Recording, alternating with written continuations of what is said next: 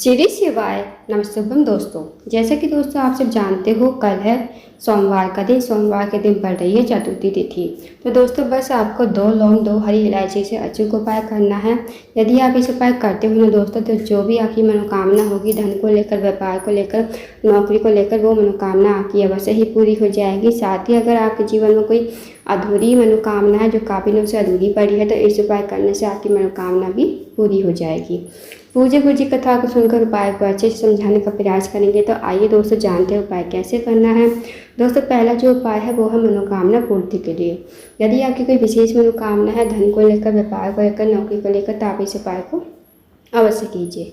इस उपाय करने के लिए आपको लेनी है 2 लौंग फूल वाली। साथ ही आपको 1 लोटा जल लेना है तांबे के पात्र में, और 1 से 2 चम्मच आपको शहद लेना है। शहद को आपको कटोरी में डाल लेना है, और अब आपको चले जाना है शिव जी के मंदिर में।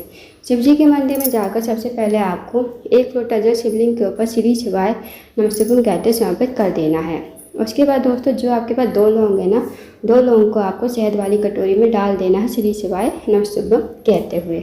उसके बाद इस कटोरी को आपको हाथ में लेना है, भगवान से प्रार्थना करनी है कि हे महादेव, मेरे जीवन की ये मनोकामना है, काफ़ी दिनों से अधूरी पड़ी है, आप मेरी मनोकामना को पूर्ण करें। तो आपको ऐसी प्रार्थना विनती करते हुए आपको 2 लौंग शहद को शिवलिंग के ठीक ऊपर समर्पित कर देना श्री शिवाय नमस्तुभ्यम कहते हुए। उसके बाद दोस्तों आपको 2 मिनट मंदिर बैठना है, श्री शिवाय नमस्तुभ्यम का जाप करना है। अब आपको भगवान को प्रणाम करके विनती करके आपको अपने घर पर आ जाना है। तो दोस्तों करके देखिएगा, बहुत ही अचूक विशेष उपाय है। इस उपाय को यदि आप करते हो तो आपकी जो भी मनोकामना होगी वो मनोकामना आपकी अवश्य ही पूरी हो जाएगी।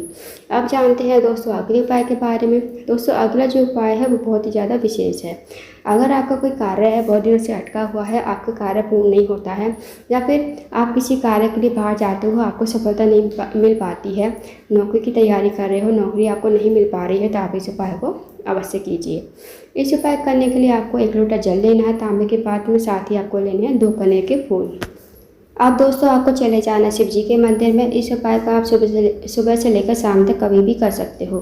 शिव जी के मंदिर में जाकर सबसे पहले आपको 1 लोटा जल शिवलिंग के ऊपर श्री शिवाय नमस्तुभ्यम कहते समर्पित कर देना है। उसके बाद दोस्तों जो आपके पास 2 कनेर के फूल है ना, 2 कनेर के फूल को आपको अपने हाथ में रखना है, भगवान से प्रार्थना करनी है कि हे महादेव, मेरे जीवन में ये कार्य है बहुत दिनों से अटका हुआ है, आप मेरे कार्य का पूर्ण करें। या फिर मुझे जीवन में सफलता नहीं मिल पा रही है, तो आप मुझे सफलता प्राप्त करें। और मुझे नौकरी नहीं मिल पा रही है, आप मेरी नौकरी कहीं ना कहीं अवश्य ही लगवा दें। उसके बाद आपको 2 कनेर के फूल आपको शिवलिंग के ऊपर श्री शिवाय नमस्तुभ्यम कहते हुए समर्पित कर देना है।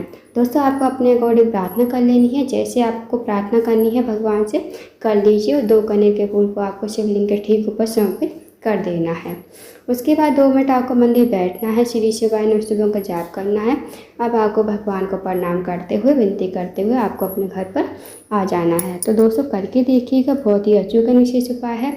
इस उपाय को यदि आप करते हो तो जो भी आपका कार्य अटका हुआ है वो कार्य आपका पूर्ण हो जाएगा। अब जानते हैं दोस्तों अगले उपाय के बारे में।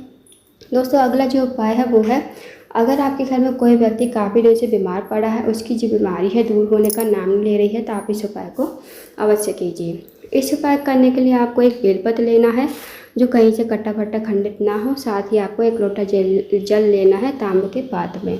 अब आपको चले जाना है शिव जी के मंदिर में। इस उपाय को दोस्तों आप सुबह से लेकर शाम तक कभी भी कर सकते हो। शिव जी के मंदिर में जाकर सबसे पहले आपको 1 लोटा जल शिवलिंग के ऊपर श्री शिवाय नमस्तुभ्यम कहते हुए समर्पित कर देना है।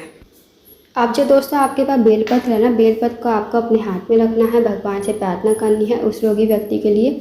जो रोगी व्यक्ति आपके घर में काफ़ी लंबे समय से बीमार पड़ा है, उसको आपको कुंदकेश्वर महादेव का नाम लेते हुए, उस रोगी व्यक्ति का नाम गोत्र बोलते हुए, बेलपत्र को आपको कुंदकेश्वर महादेव का नाम लेते हुए शिवलिंग के ऊपर समर्पित कर देना है। 2 मिनट आपको मंदिर में बैठना है, श्री शिवाय नमस्तुभ्यम का जाप करना है। अब जो आपने दोस्तों बेलपत्र चढ़ाई थी ना शिवलिंग के ऊपर, वो आपको महादेव से विनती करते हुए औषधि के रूप में आपको अपने घर पर लेकर आनी है। इस बेलपत्र को घर पर लाकर उस रोगी व्यक्ति को खिलाना है। जो रोगी व्यक्ति आपके घर में काफ़ी लंबे समय से बीमार पड़ा है, उसको आपको कुंदकेश्वर महादेव का नाम लेते हुए इस बेलपत्र को खाने को कहना है।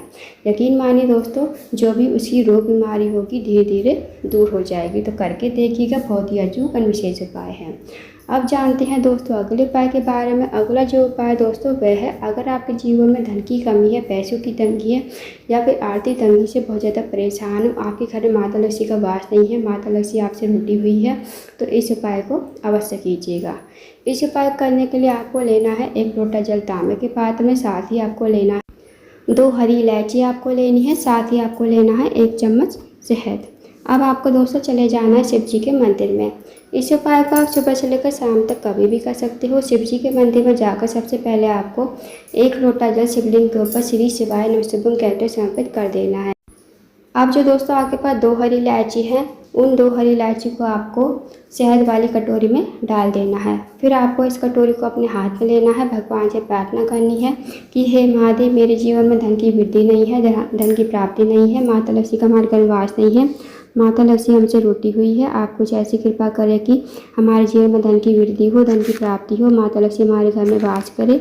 उसके बाद आपको ऐसी प्रार्थना विनती करते हुए आपको 2 हरी इलायची और शहद का आपको शिवलिंग के ठीक ऊपर समर्पित कर देना है। उसके बाद आपको 2 मिनट मंदिर बैठना है, श्री शिवाय नमः शिवाय का जाप करना है।